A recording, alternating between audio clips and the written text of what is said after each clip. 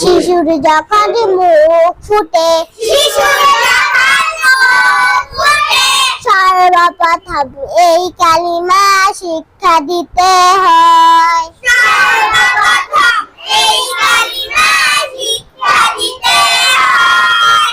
কালিমা তয়্যিবা লা ইলাহা ইল্লাল্লাহু মুহাম্মাদুর রাসূলুল্লাহ। কালিমা তয়্যিবা